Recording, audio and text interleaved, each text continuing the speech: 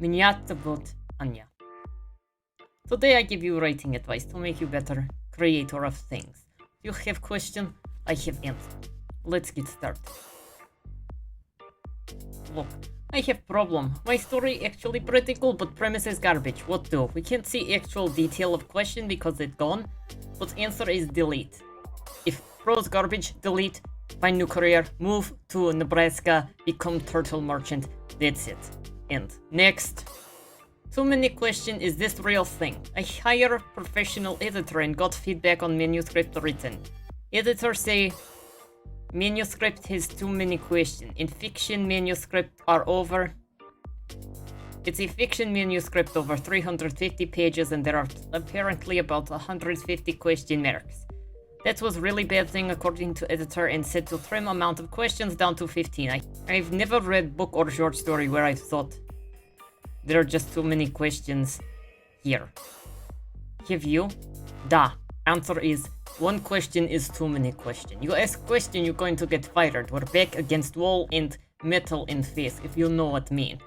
Your manuscript needs 0 question. No question asked ever. You understand me? This is for your safety, not mine. No question. Next. How do I describe POCs without being offensive? As a white female who loves to see representation in book, I want to add some into my own book, but I don't want to describe one of POCs in an offensive way. Any advice would help me a lot. Answer. Purchase POCs and then you can treat them however you like. Nobody can complain about how you treat your own property. So buy a character, put character in book, treat how like. Next. This is so easy. Why do people actually get paid to do this? How can I balance writing original story and writing fan fiction? Delete. Do not write either. Next. How to improve writing skills as a blogger. In blogger subreddit, they usually answer this question by suggesting some tools and plugins that check grammar, errors, and trivial things. Most of the time, these are enough for someone who just wants a readable blog post. However, it's not what I'm seeking. I want to push myself to become further up to improve my entire writing style so that it becomes more appealing to readers and clearer in terms of conveying message. The answer to this is simple. Okay, open web browser. Follow me here. Open web browser. Step 2. Go to a website called Fiverr. FIVRR.com. Hire someone else to write blogs. Blog immediately improve if they're good writer. You might get shite. It just happens when you hire random people on internet. But you hire enough people, you find out who is good, and then you are a good writer with good blog. Just put your name on blog post, put on website, good writer, good blogger. Next, am I only POC that feels pressured to constantly have to write about my race in order to feel celebrated? Being Chinese is important to me, don't get me wrong, but writing about being Chinese all time and about racism all time feels disingenuous. I have ideas and values outside of being Chinese. I have human stories that are not entirely focused on discussion of race. However, if I say that to people, call me self-hating and unenlightened. Most celebrated Chinese artists I've seen have been writing about being Chinese all time. I know how to fix this, okay? Listen to me. You will understand. All you have to do is change your name to John Smith. Be white writer. Stop being Chinese, then you can write about anything other than being Chinese, okay? Just in book, John Smith, or Jane Smith, whichever you prefer. Then you can write whatever you want and you pretend to be white, or adopt being white, I don't care. But then you can write ideas. Fair? Okay, no more pressure. Next, what advice would you give to beginner poet? Don't. Stop. That is advice. No money in poetry. Stop. Save yourself trouble. And also, nobody read poetry but other poets. No money there. Stop. Next, how do you stay sane when working as a team of writers? I have started working with a bunch of my friends to write a story together for a competition. I thought it would be fun handling challenge together, but as I'm finding out, it's proving to be a little more annoying and irritating than I had hoped. In general, there are arguments over where to take story and how to take them to which result in futile discussion that do nothing but waste time. I feel like the issue to be miscommunication and misunderstanding where one party can't understand another point of view and think it's going to be very bad direction which lead to these futile discussions which sometimes even lead people to questioning each other's credibility as writing itself. The answer is simple. Go to yard, garage, whatever you have. Find shovel, okay? One by one, take everybody out of group. Hit with shovel. Hit overhead with shovel. Bury in backyard, okay? You can get creative with disposal methods. You can cut them up with this shovel, put them in plastic bags, flush them down toilet. You can sell them at meat market. You can throw them in a lake, whatever you'd like to do. Get rid of body. Keep working on story alone. However, when you finish writing story, put names on front of book as collaborative work. So it's like you work as team, but you get to do all work. No more fighting.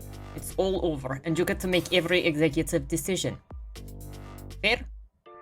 Okay, next, how to improve editing / proofreading skill. Okay, we do this with blog, right?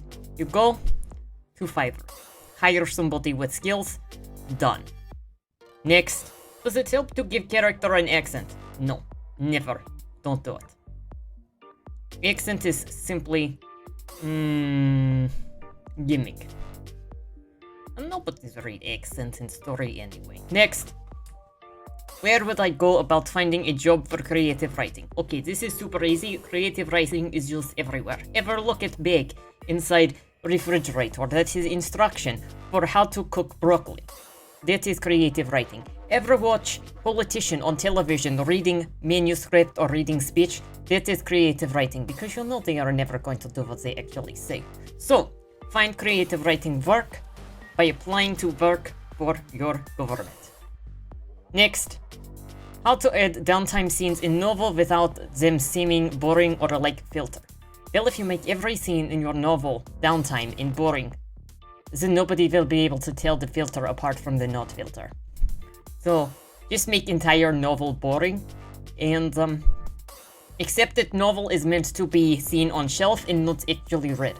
Then you not have to worry about scenes in between anything. Next, great books about writing. Best book about writing are badly written books. You learn everything you need to know by reading badly written books and copying style. Next, starting novel without having read many books. Well, we have a real professional over here.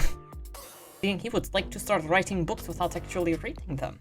Oh, I've never been so impressed in my life. You know, it's not often that you see somebody that has such ego that says, I would like other people to pay for what I have to say, but I'm not going to read what other people have to say. I have no interest in that. You know what? I am better than what is out there. I don't need to read. Reading is for worms. Reading is for poor people, maybe. You have to learn how to read in order to be able to have books. So I mean, maybe reading is not for poor people, but it is poor people's sport. If you are a rich person, you're not reading book. You're watching movie. You're flying to Europe whenever you feel like it. Reading, this is for working people. So why should Shrubby Super Alloy, whatever that is, have to actually read books in order to write them? Why should a pianist ever have to listen to music to play piano? It's all so ridiculous. I'm happy to see finally some messiah coming out of writing community, coming into writing community, who knows place. You don't need to read books. People who write books don't read books. You are the messiah. You are a prophet. Prophets don't read books. Sheeple read books. Next, I always write sentences with same structure. How do I change that? Delete all sentences. Easy. Delete all sentences. If you have no sentences, you have no sentence with same structure. Next, giving character names of people you know. See, this is a funny question actually. Every book I read ever has been made up of characters of people that I know, right? And sometimes something bad happened to them and I go, that's it, I kind of like that man. But then sometimes things happen to good people that I actually like, and I say that's that. I'm not going to see Boris at the market anymore because apparently Boris had back against wall because he was bootlicking wrong person. But you know, they make choices, they end up in books, they get their problems. It's just a story, right? Doesn't matter that I haven't seen Boris at market in 3 weeks. Next. Someone else is using my idea and I feel a bit lost. I need some advice or perspective because I'm freaking out right now.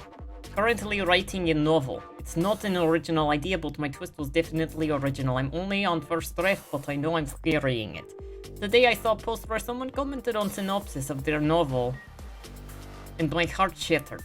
Their book uses my original twist idea. Well, delete it. Obviously, if somebody else is using your idea, you can't use it.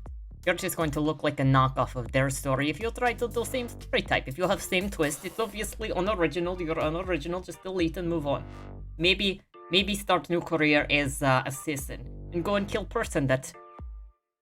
Excuse me, go and take care of person. Okay, let's be a little vague here. Go and take care of person who stole your idea, and then take their identity and become them. Then it's your idea again. Problem solved. Is there a right way to write a fictional story? You know, we all learn rules and methods of writing in school, online, movies, etc. I can never buy into them. When I read critiques or discussions, every single one of them swears by general rules, and it doesn't feel right when follows seemingly broad but really specific rules. In creative writing, you sort of limited creativity. It confuses me how life doesn't make sense, but fiction does. Real life is the basis of 99% of all stories. Why does fiction have an unwavering logic?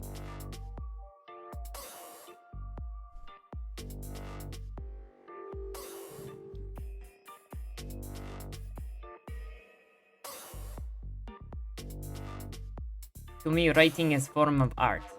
If there were barely flexible rules in art, then what's the point?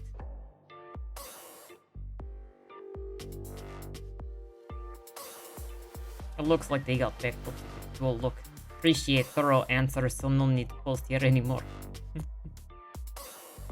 Look, there is no such thing as write fictional story. Everything that's happened in fictional story must happen in real life. That's why they say write what you know. That's also why they say you cannot write something that you're not. So no fictional story actually exists. Fictional story is actually a myth.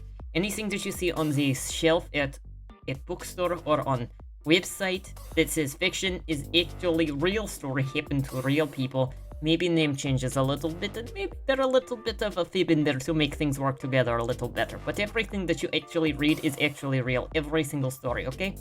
Okay. How to avoid using bot excessively. Actually, how to avoid using bot excessively. You use boobs instead. Like, I know that a lot of authors people generally have their personal taste, and they're either a thigh man or a boob man or a butt man. So if you find yourself using bot too much, which I often read too much focus on boob, then just switch over to boob side. If you find yourself using boob too much excessively, then switch over to bot side. It's that easy. And with that, I leave you with brilliant advice. Hope your story is better for it. Hope you enjoy. Please like and subscribe for more excellent, best advice from me, Onya. Goodbye.